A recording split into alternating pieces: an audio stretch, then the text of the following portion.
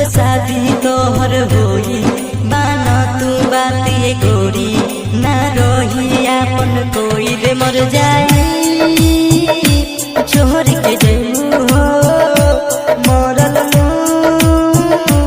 हमर पैबू हो रे मर जाई छोड़ के जइबू हो मरल हमर पैबू हो।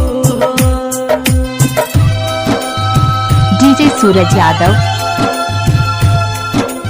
पटेल साउंड आपका हार्दिक स्वागत करता है।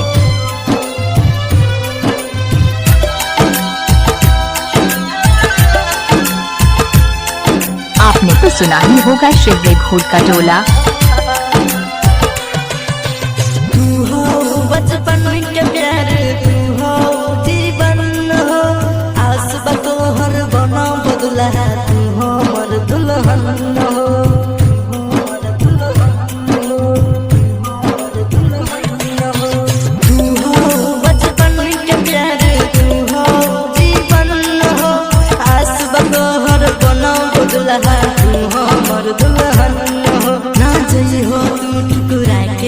जिंदगी में हमारा आके मासूम नियन तोहर चेहरा जियब कैसे बिसरा के रे मर जाई छोड़ के जइबू हो मरल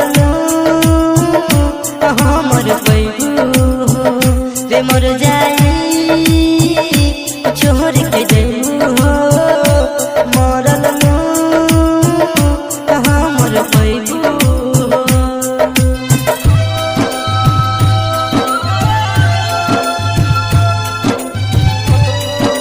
पटेल साउंड आपका हार्दिक स्वागत करता है।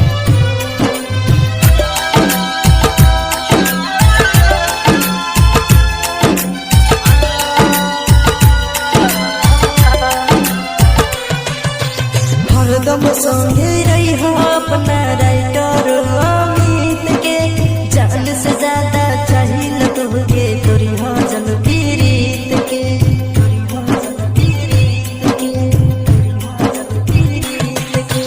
हरदम संगे रही हो अपना राइटर अमित के जान से ज्यादा चाहिए तुहके तोरी हो जन पीड़ित के दिल कर न सह पाई जानू हो तोहर जुदाई हमारा बारे में सोचो कैसे सोहब तन्हाई रे मर जाई छोड़ के जइबू हो मरल